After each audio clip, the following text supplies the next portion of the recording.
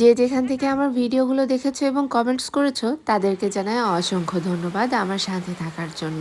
আর এটা ছিল দিদিমার শ্রাদ্ধের খাওয়া দাওয়ার দিন সকালবেলা। আসলে এত মুষলধারে বৃষ্টি শুরু হয়ে গেল যেটা আমরা কেউই কল্পনা করিনি। তবুও এই বৃষ্টি হয়তো বা একটা নির্দিষ্ট সময় পর থেমে গেছে। একদিক থেকে ভালো লাগছিল যে কোনো ভ্যাপসা গরম ছিল না, একটু ঠান্ডা ঠান্ডা আবহাওয়ার ভেতর থেকেই সবকিছু স্বাভাবিকভাবেই সম্পন্ন হয়েছিল। টিনের ঘরের বৃষ্টি আর চারিদিকে এরকম ঝড়ো হাওয়া, আমের মুকুলের ঘ্রাণ, সবকিছু যেন একাকার।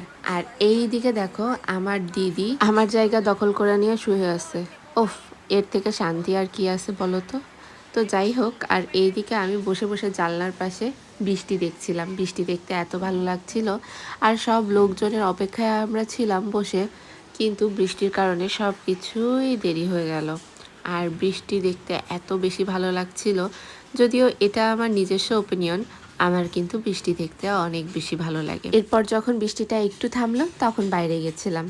ভাবলাম যে যাই, একটু দুটো ছবি তুলি, নিজের কিছু ক্লিপ রাখি আর একটু স্মৃতি জমাই। আর এই স্মৃতি জমানোর জন্যই চলে গেছিলাম একদম ফাঁকা রাস্তায়। এরপর ফিরে দেখি কত লোকজন চলে এসেছে, সবাই খাওয়া দাওয়া করছে, কারণ দুপুর অনেক হয়ে গেছে। বৃষ্টির জন্যই সবাই একটু দেরি হয়ে গেল। এত পরিমাণ লোকজন ছিল, সবাই দেখছিলাম হাতে হাতে কাজ করছিল, সবাইকে খেতে দিচ্ছিল, আর আমি দাঁড়িয়ে ভিডিও করছিলাম, সবাইকে দেখছিলাম, কথা বলছিলাম।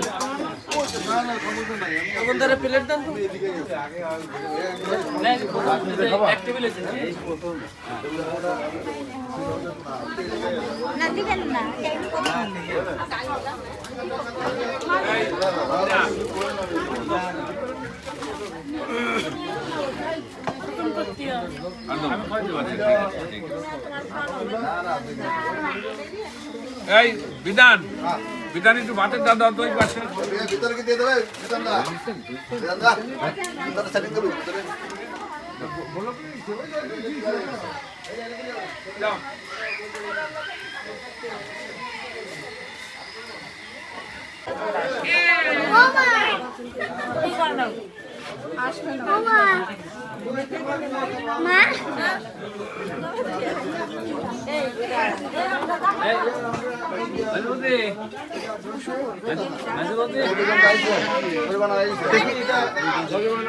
এবার আমি খেতে বসে গেলাম আর হাতটা ধুয়ে পেয়ে গেলাম তিতার ডাল আর বেগুন ভাজা।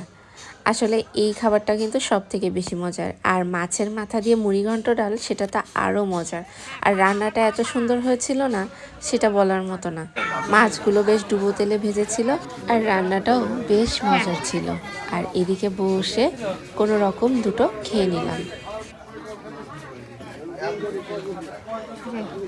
মাছ দিয়ে খাচ্ছে। হ্যাঁ, খাওয়া দাওয়ার পর্ব শেষ করে চলে আসলাম বাইরে, আর সবাই মিলে ঠিক করলাম আমরা যাব পদ্মার চরে। আর হ্যাঁ, এই দেখো ছেলে মেয়ে সব কত খুশি। আরও যে বৌদিরা ছিল, বৌদিদেরকে নিয়ে আসতে পারলাম না। বৌদিরা চলে আসলে বাড়ি দেখার কোনো মানুষ নেই বললেই চলে।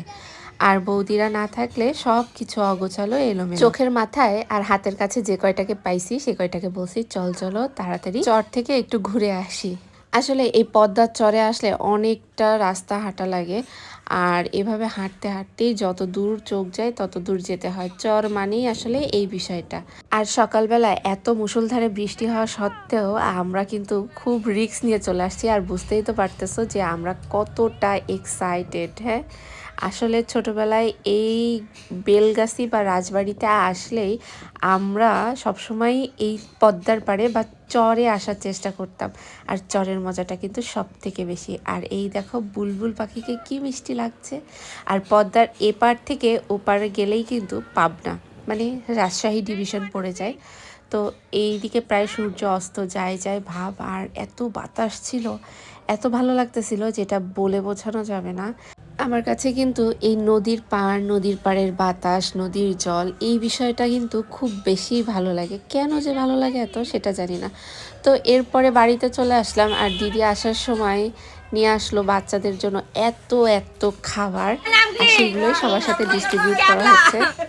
এই যে তোমার নাম নাও। আচ্ছা সারা নিবি না তারা আমার কাছে হ্যাঁ দেব দেব দাও দাও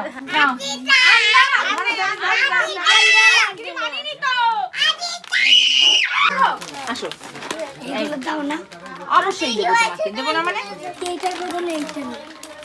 আচ্ছা তা নাও হ্যাঁ নাও আচ্ছা নাও নাও দাঁড়াও দাঁড়াও হ্যাঁ এই নাও কোক